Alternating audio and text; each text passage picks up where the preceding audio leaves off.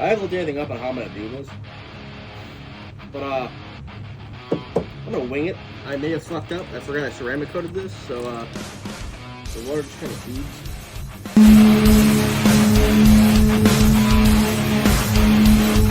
And after about an hour of sanding, you realize you gotta keep on sanding.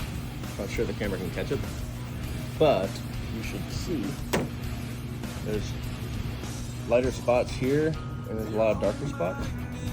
These would be considered your low spots. This is where your epoxy starts at, and then you also have over in these spots where your clear coat still resides at. I will let you find tonight. It's your right.